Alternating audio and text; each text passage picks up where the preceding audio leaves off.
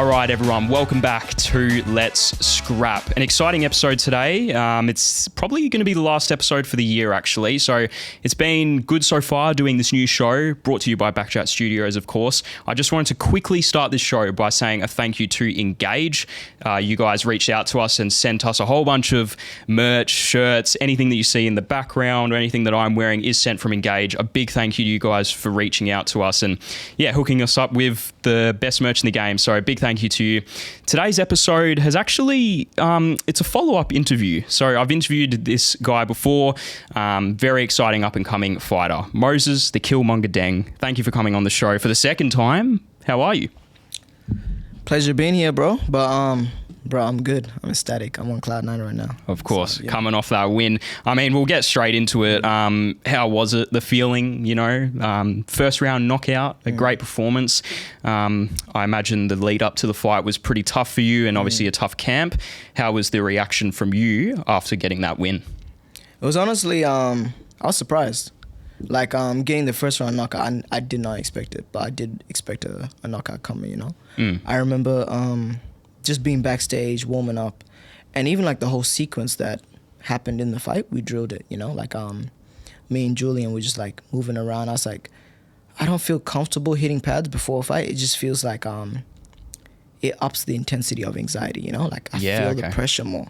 So I was like, I prefer to light spar before I go out, So we're sparring, and whenever you throw a kick, I'd catch it, bring it to the left side, and throw a hook. And that's exactly what happened in the fight, My boy Josiah, I'm not sure if you know him, but Josiah is doing a little documentary, kind of like documenting the journey to the UFC. Yeah, cool. And they definitely got the clip, Bro. It's almost like before and after, we got the clip. I saw some footage of you like in the rain with the leather jacket. That was tough, bro. And bro, I was just awe-farming, man. I remember seeing that. I was like, main character, bro.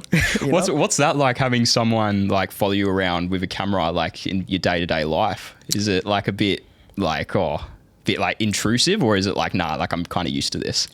I wouldn't say it's because I'm used to it, but rather because I've known Josiah for a long time now. We went to high school together. He was the year below me. Cool. And so, just it's like one of your boys just videoing you, just following you around. It's like you're always around them, so it doesn't feel. You don't feel like a fish out of water, For sure. It's just chill. Yeah, and what was the fight camp like leading up to the fight? Was it one of your harder ones? Obviously training with the guys at Louistro this time around. What was that whole experience like? The camp wasn't long. It was brief. Like, we only got 3 weeks to prepare for this fight. It was short notice as well. Yeah. And so I just went from being in a state of going from semi-training camp to kind of just chilling out because I didn't have any hope that a fight would come up before the end of the year. And so I just chilled out. I was probably in the gym maybe like 2-3 days a week. I was lazy. I'm not even going to sugarcoat it. And then we got offered the fight, and I immediately went from that into training camp mode, And those first 5 days, my body was wrecked, like exhausted all the time. And it was cooked, but like it was also different because I'm now in a new environment. I'm at a new gym. And with this gym, it's predominantly grappling, Yeah. And I'd say that's my biggest weakness in my game currently. And so I remember a funny story on my first week here at Louistro. I came over. It was good and all that. The intensity was crazy. I thought I was that guy, I was like, my striking's good, my defense. Bro, I drove him in silence. No music, bro. It was that, I got whooped that bad, bro. I drove home in silence. I was like, it hurt my ego. It's one of those feelings. Like, I need it, Yeah. So, I remember just driving home in silence. I was like, we got a lot to learn, bro. I thought I was the big fish. Yeah. I'm a goldfish in this pond, bro. Like, I'm cooked. I will admit, I've interviewed a few of the guys from Louistro. I've been to the gym a couple of times to do some filming, and man, they are just different. Like, I've been to a couple MMA gyms like around Perth, and I genuinely mean it when I say this. The guys at Louistro, like, I think they're just on a completely different level. I think their training intensity, and I think it's a great environment for you to be in. Like you said, you're grappling to improve on that. What's it been like training, under Ramel and him cornering you? Has that been like a little bit weird at first? Because I understand you fought Kane Rickus from Louistro. I mean, it's like the MMA community in Perth is pretty small, so everybody knows everybody. Yeah. So I've always been like in similar environments with Ramel and their team and stuff. So it wasn't that weird, if you see somebody here out throughout like the years all the time, you have small talk here and there. It doesn't feel weird once you're eventually like in the same room and you're talking. And so when I came over, I knew it wasn't gonna be weird with Kane because there was no animosity in that fight. You know, like we're all cool and stuff, we're boys, and so it's just part of the sport. You know, it's business. And so coming in, training with Kane, it didn't feel weird. Training under Rom, what I didn't know was like how much jokes he cracks. Like, bro was always joking, man. I was like, crazy. I didn't know that part of him, you know. So it's very different, like from what I expected him to be compared to what he actually is. It's like they're very similar, but it's just more of the humor side was like new to me, you know. But it's cool, it's funny, you know. Like you want to come into the gym and enjoy your time, you know. 100%. You don't want to feel like training is a chore, you know. So it's good. What was he like kind of because I've interviewed Ramel not long ago. I interviewed him, had a really great chat with him, and, you know, people speak so highly of him. Was his like energy in the locker room, like, obviously he cracks jokes and everything, but in the locker room, is he just straight like locked in, like fully serious? Or like, talk to me a little bit about how he kind of coached you, like even in the corner, was he like high energy, or what's he like as a coach? I'd say in the corner and even backstage when we warm up, he was very focused but very calm, you know. Which kind of in a way confused me. I was like, we're about to go out and fight, you know, there's no tension in him. He's like super relaxed, and he's telling me how he likes to be with these boys before they go out, and he reminds them just to have fun, you know. You don't want that kind of stress and that extra pressure being on you before you go out. And so I think that was him practicing it without kind of like saying it the whole time, you know, not saying it verbally, you know. And so him wrapping my hands is just having a casual conversation. And usually when I'm getting my hands wrapped, my hands are shaking uncontrollably, you know. Like usually I'm very confident, and I feel like I still am very confident, but like before every single fight, I'm like shaking, like I'm having all these thoughts, like my opponent's not scared, he's super ready, he's probably gonna be fitter than me, all these thoughts, and you know, they're just running through your mind. And then Rom just kind of being chill and just having a random conversation with me, just nothing to do with a fight. It kind of like calmed me down in a way, as well as like just before we went out, he's like, remember what I told you before, have fun. I was like, yeah, let's have fun. I was like, nah, I'm gonna kill him. Like, you know, I was like, I'm gonna try to have fun. Because like usually for me to get into that mode where I'm being playful in a fight is when I feel like I've got reads on this guy, you know? I've got the reads, I've got the distance. Now I can start throwing the fancy kicks. Now I can start showboating a bit. But before that, I'm super serious, you know? Like my face is serious. I'm not relaxed. I'm very tense, but like in a way I'm focused still, you know? So I feel like him just being calm and very, very calm, and as well as being focused, is what kind of like changed my mentality going to that fight, you know? I went in ready to kill, but I was content, you know? I was very ready for whatever happened. How good's that? He was saying to me that's what he likes to do with his fighters, like crack jokes, and then when it's time to obviously make the walk, it's like, here we go, we're game on. But yeah, I think that's really good to have that, and obviously calming you down, it helps massively. It does, I wanted to talk a little bit about you know, the losses that you obviously experienced with your pro career, because you see so many fighters in the UFC now that, like, you know, Jack Della, a great example, lost his first two pro fights. And obviously, you know, you look at him now, and what was your mentality switch like after experiencing, you know, a loss in the pro division? Was it like, you know, it's not going to affect me, I'm just going to keep doing what I'm doing, or did it like kind of play in your head a little bit? It really did play in my head a lot. Like, both losses did, you know, because I was meant to make my pro debut 5 weeks before I had the actual pro debut, you know, and it was meant to be against a guy called Marko Levic. I think that's how you pronounce his name. And a whole other stuff happened with that, and then he pulled out. It didn't come into fruition, you know. And so I spent the last 4 months just so focused and like almost like obsessing over my pro debut, and just for all of it to come crashing down, like I kind of went into like a weird state of depression. I wouldn't say I was fully depressed, but like it stopped me from training consistently, you know? I was probably in the gym maybe like 2 or 3 days a week. And so I had no motivation to train, you know? Like there was no goal in sight. And so I remember when we got the opportunity to make the pro debut against Odin Muscat, a guy I had been wanting to fight for a while, I immediately took it, you know? I hadn't been training, wasn't in a good mental state, but I took it out of desperation because I'm in the flyweight division. There's barely any flyweights in Australia, both in the amateur scene and the pro scene. And the pro scene has even less than the amateurs, you know? So I was like, the chance of me finding a pro fight in the what's called flyweight division is very slim. So I got to take whatever comes, you know, even if it's a very, say, dodgy situation, you know? So I took the fight, cut massive amount of weights. Like, I cut 11 kilos that week. Probably shouldn't have taken it. Yeah, 11 kilos in 8 days. It was cooked. But I took it because I was desperate to get active and I was desperate to make my pro debut. And it was like, yo, this lolly was taken out of your hand, but we got this one. Are you going to take it? You know, me being desperate to fight, I took it, you know. And it was a dumb decision, but even with my second pro fight, I moved up a weight class. Like, I had previously moved up to fight Kane already, but I asked me to come back down. We couldn't find any flyweight fights. So I was like, I'm going to stay at bantamweight. Took that fight out of desperation to be active. Look what happened. Yeah. So from those two experiences, looking at it in hindsight, I'm like, I only ever lose if I'm desperate, you know? Yeah. If I get a full camp, I feel good. And I mean, the last time I lost on a full camp was against Percy back in 2022, you know?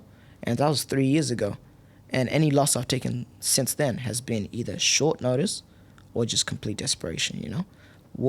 Moved up to bantamweight for Patrick Hill, who's a very good fighter. He was undefeated at the time. Judo black belt, jiu-jitsu brown belt. Yeah. And with grappling being my weakest point, it was a dumb time to take that fight, you know?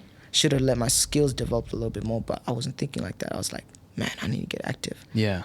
So from what I've learned, it's don't be desperate. Don't take a fight because you're desperate, you know?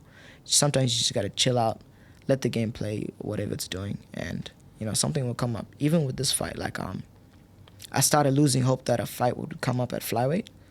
And I did entertain the idea of staying at bantamweight. I was like, no, we've been punished twice for being desperate. You know, we don't need a third time, you know? So I was like, let me take a step back and let's chill. And then the Rory fight presented itself. Yeah. I was like, perfect, you know? It shows how important preparation is in this sport. Yeah. It really is. You look at guys all the time taking fights on short notice. It's like very rarely are they at their best, you know, on short notice. And who's been your main sparring partner at Luistro? I imagine Cody a little bit. Yeah, unfortunately, man. Bro beats the shit. Because he's no joke. Yeah, he beats the brakes out of me, bro. Like, yeah, I'd say the main training partners would be Cody, Julian. I started doing a decent amount of work with Jordan Zyler, and then like Ash. I forgot his last name, but I know Ash. Yep. Yeah, and so those are, I'd say, the main training partners, and the intensity is crazy. You know, I'm not used to this level of an intensity in the grappling or even just sparring. Like, you know, like you have to work for positions. They don't just let you have it. You know, like they'll let you work in a way where it's like you can experiment a little bit, but you're gonna have to earn it. You know, they're just not gonna give you positions. You have to work for it. Of course. And when you get it, you better freaking like maintain that position, or you're gonna lose it. You know. Yeah. And so all that is new to me, and like, in a way, it's helped me become more focused in sparring, focused in training, and in the fight, I was super like dialed in. You know. And as well as like finishing ability. I remember the last 3 years trying to get a knockout has been kind of hard for me because I've always had this kind of weird mental block where I'm too scared to throw hard because I'm afraid of either getting countered or gassing out, or even just not having the confidence that it's going to land. But all that kind of just dissolved these last 3 months, you know? And even going for that knockout in the fight, it just felt like I wasn't forcing anything. It presented itself, and I took the opportunity, and look what happened, you know? So it's been a big change in mentality because of the training as well, because of the intensity. Yeah, it's just crazy, like the mental side of MMA. You worded it perfectly, you know, with throwing shots and your shot selection. It's like if you throw something, you're always, you know, going to leave yourself open to another shot. So it really is like, you know, it's like physical chess is how I kind of like to think of it. I think going back to Cody and his sparring, I know even Quillen says that, like, he, you know, finds it very difficult to spar against him because he's always like really picking up the pace. Yeah. He's super quick. He does not get tired, bro. He does not get tired. Like, I thought I was quick, you know? Like, that's my whole thing. Speed, range, those are my two things. Yeah. He shuts all of that down, bro. Wow. Like, I'm like, please, let me have something, you know? Like, everybody somehow, well, in the sport, everybody has a weakness. And then you get this, like, small few group of people who just have no weakness. Cody's one of those people, you know? Great boxing, great conditioning, great jiu-jitsu, great wrestling. I'm like, bro, guns were made for people like you know? Like, there's no beating you with, you know? It's not fair, bro. Yeah. And so, like, he told me after one sparring session, like, when someone's good at something, I want to test myself or push them in that kind of like area, you know? Like, he's like, you're good at striking, so I want to strike with you. I'm like, please don't do that, bro. Yeah. I'm like, let's wrestle, bro. Don't beat me up on the feet again, you know? But yeah. It's good. It's good to have, obviously, someone better than you, and obviously that's how you improve. And I think for Cody, it's been really unfortunate. He hasn't been able to show how good he really is yet at that UFC level. He's had a really tough run, really unlucky run. Yeah. But I think that's awesome that you're sparring with him. Do you know anything about when he's going to be back into training, obviously, after his injury? I think he'll be in training within the next couple of weeks. Cool. But from what I know is he fractured or broke his foot. Yeah. Really close to the day of the fight. And so I think he tried to soldier through it, but he wasn't medically cleared to compete, you know? And both times he pulled out, it was against a very highly touted prospect, you know? First, it was Alexander Topuria. Yeah. If he fought and beat him, that would have done numbers for his career, you know? And then he got another opportunity against Malcolm Wellmaker. Yeah. That's how you pronounce it. Yeah, super hyped. Bro, Cody would have beat him in that fight. Yeah. We saw what happened. A guy took it on, 2 days' notice? Yep. Beat him. And he has a similar style to Cody. Yeah. But I'd say Cody's more polished. I think he would have taken him to the ground. Cody would have. Cody would. I feel like Cody would have finished him. Yeah, 100%. So, big opportunity just slipped through his hands because, you know, just injuries, stuff you can't control. You know? Yeah, it is what it is, and yeah, he'll be back for sure. 100%, yeah. Just changing the topic slightly, I wanted to. I know we've spoken a little bit about this, like off camera, a few times, and just talking about like your circle and who you keep in your circle. Obviously, MMA is such a brutal and a tough sport, and you really have to be careful of who you're surrounded with, your coaches, your sparring partners, your friends. Do you keep your circle very small? Obviously, being a professional fighter, even talking about your mates and people that you surround yourselves with. And do you think that's important for you to be successful, to kind of be mindful of the outside noise that's going on? Yeah, most definitely. You want to keep your circle tight, especially like when you're on the come up, you know? It takes a village to get you there, you know? It takes a village to get you to the top. You can't just do it on your own. So for me, from what I've experienced through these ups and downs early on in my pro career, I've seen myself go from losing my pro debut. I remember that went viral. I think UFC Fight Pass posted it. I woke up the next morning, 250,000 views. I was like, damn. And that was my first loss in 2 years. And I knew people had been waiting for me to lose, bro. I knew it. And as soon as I go back to Perth, like I'm hearing all this stuff, people are celebrating. I'm like, people I thought I was cool with, people I thought they were my friends, you know? Super happy that I lost. And like, man, you know, he had it coming. I'm like, what? Like, I was just confident. I was doing my thing. And I feel like my success towards the end of my amateur career and like the attention I was getting made them kind of feel small and made them feel insecure. So while they would support me when I won, they would like congratulate me and stuff. Secretly, they were envious, you know? And so I've been able to look at that in like, almost like in third person and be like, damn, like I really gotta keep my circle small. And still, even when your circle is small, you still kind of almost gotta watch your back still, you know? Yeah. You never know who's very good at hiding it, you know, having two faces. And so even now, like coming off this win and then obviously blowing up on TikTok very recently as well, even on Instagram, I've had so many people like claiming we're friends, this and that. People that don't even follow me, posting me on their story saying, oh, that's my dog. I'm like, I don't know you, bro. What do you mean that I'm your dog? I've never met you in my life. And like, even some of my mates, I'm not going to name names because no, of course, we're not shady like that. But he showed me a picture of a dude. He's like, oh, this guy knows you. I said, no. He's like, bro, he's telling everybody like you guys are cool. I was like, I promise you I've never seen this. Why would you lie about that though? Know, bro. And even like, there was one time some girl messaged me.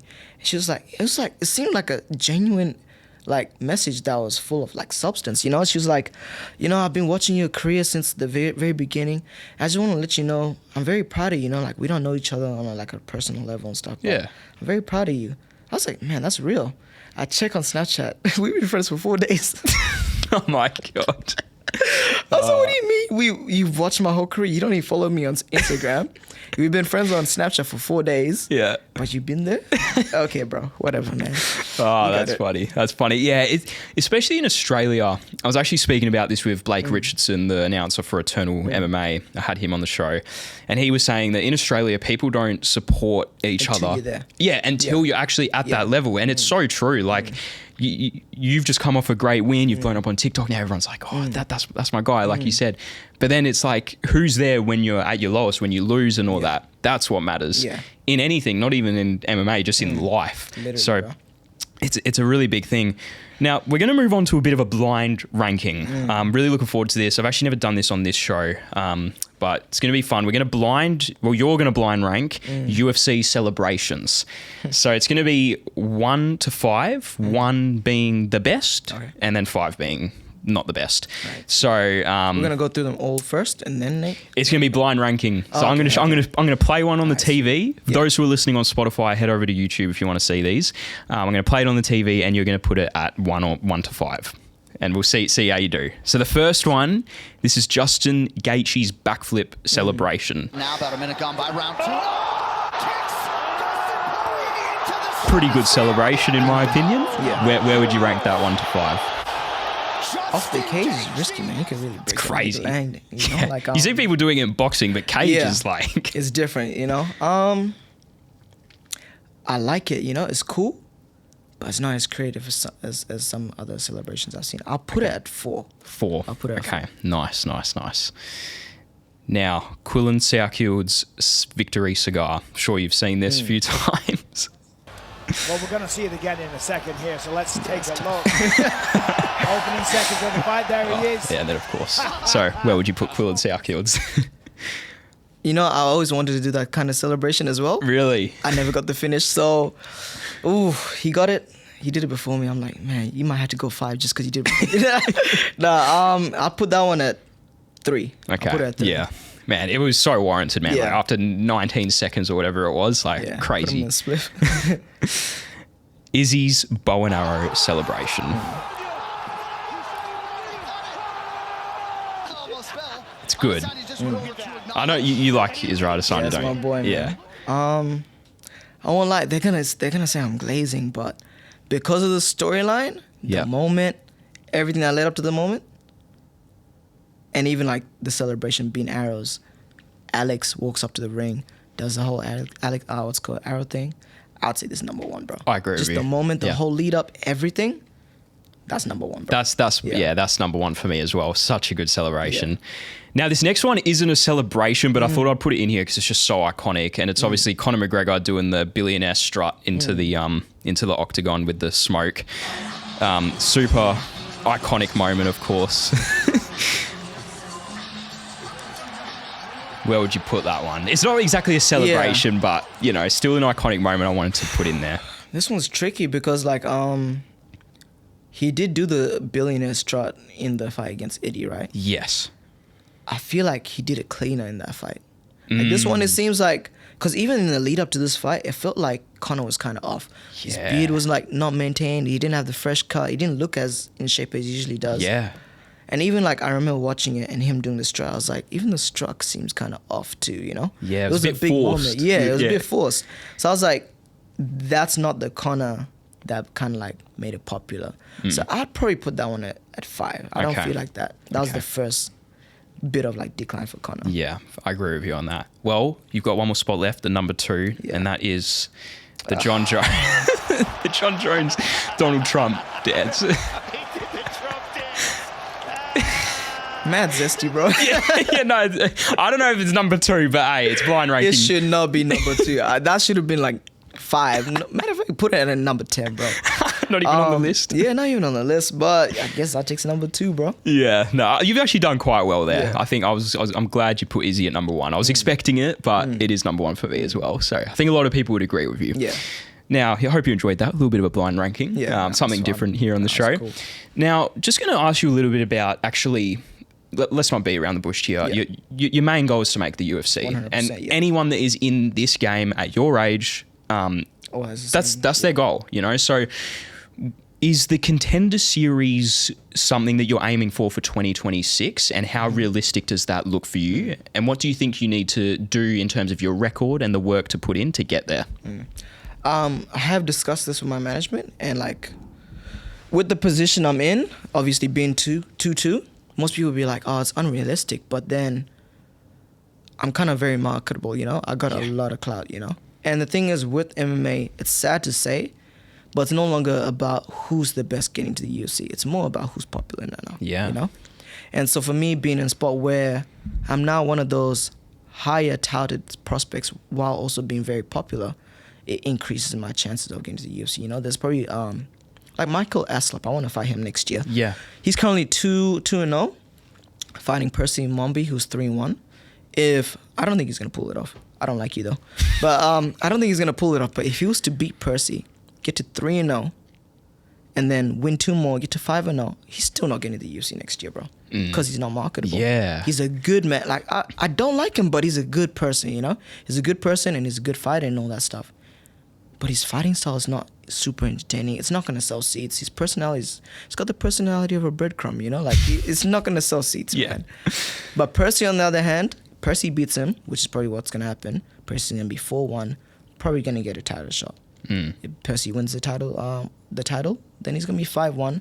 Percy's very highly likely to pretty good personality. Because, you know, he's exciting to watch, as well as he's got a pretty decently marketable personality as well. And so for me, being in the position where I'm now 2-2, realistically, if I get 3 more wins and they're all exciting knockouts, and then I'm gonna continue blowing up, 5-2 will probably be enough to get to the Contender Series. But realistically, it'll probably be like 6-2, you know, if we're being super realistic. It'll probably 6-2, and then we'll get a Contender Series. But if one of those videos goes viral like the one that just went viral, and then 2 other ones that do pretty decent, that should be enough, you know? Yeah. As well as like coming from a gym with 2 UFC fighters as well, they're probably going to be more likely to pick me up because they've already produced 2 really good prospects. Yeah.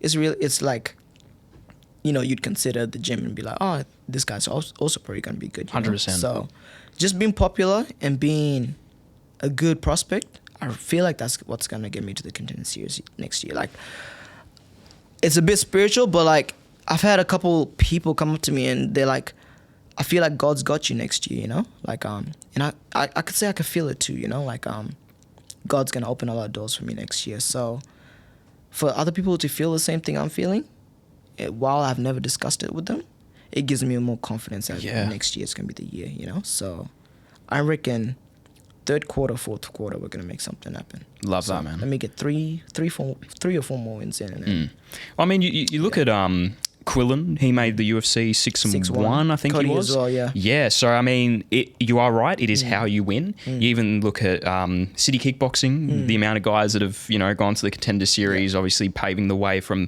the top fighters at the gym.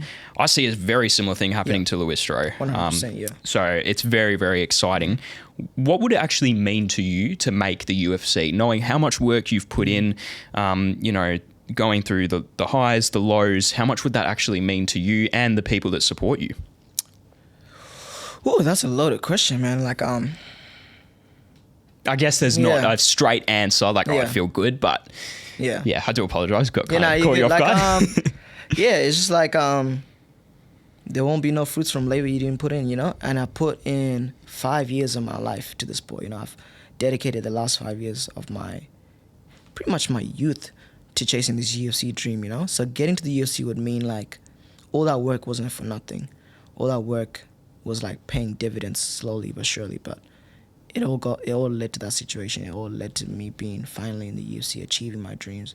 And even like for the people around me, you know, like I've had a lot of people speak life into me, speak life into my dreams, you know? So I feel like it wouldn't just be a win for me, but it'd be a win for them, everybody else around me, you know? And obviously the people in the gym, I wouldn't be able to get there without them, you know? They're building me up, they're pushing me, they're helping me strive for greatness. And so I don't feel like it would be a situation where it's my moment, but it'll be our moment, you know? Like I said earlier on, it takes a village to get you up there. Yeah. And so, yeah, it'll mean a lot, you know? Like, and I know God has a plan for me in this sport, and so that will just be an example of his plans coming to fruition. Definitely. Well, another kind of loaded question I have for you. I do apologize. Yeah, no, you're good. Do you ever find yourself actually asking why you fight? Like, you know, so many people that don't understand the sport, even me, like I really only got into MMA in the last like 3 years, and this year I really got into it. But when I first saw MMA and like Conor McGregor and all that, I'm like, that's just the craziest thing. Like, why would you want to do that? So have you ever like asked yourself, like, why am I doing this? I do it before every fight, bro. Like, I wish I just did golf. Why am I doing this? I'm about to go fight, do it in a cage. Like, why? You know, but even outside of that, I wouldn't say I ask myself in a sense of why am I doing it, but like, why do I do it? Is it fulfilling? Is it glorifying God? Is it elevating me as a man? Like, why am I doing it? You know, are my reasons like valid? And so it's always good to reflect, you know. I do it maybe every couple months, just reflect on the sport, my motives, you know, it's good. But in general, I don't ask why am I doing it, because I know why I want to do it. I want to become a world champion. I want to achieve all my dreams of being in the UFC, experiencing all the experiences that come with being in the UFC, you know. Like, I want to wake up every day, train, not have to worry about going to work, because training is my work, you know. I want to live the fighting dream, you know. I just want to train, spend time with my friends and family, and then just enjoy the fruits of my labor, you know. Yeah, the whole lifestyle. Yeah, exactly. Yeah. And so I feel like that's the life for me, you know. Like, I don't care about the whole famous thing or the money or the cars. I just care about the quality time, you know.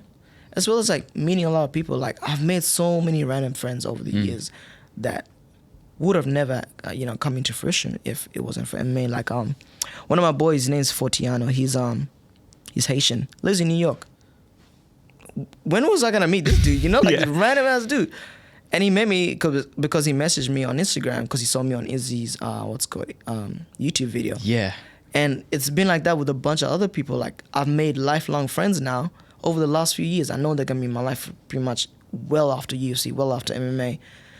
But they've all come into my life through MMA. Yeah. You know, through like social media, seeing me here and there. I've had people message me saying, "Oh, your videos are super inspiring. I'm gonna have my first amateur fight." That's so good. It's so surreal. I've got them on my phone. I was gonna post them today. I'll probably post them after this podcast. But like, it's always like a surreal experience knowing, or it's like a surreal feeling knowing I've impacted someone's life, you know.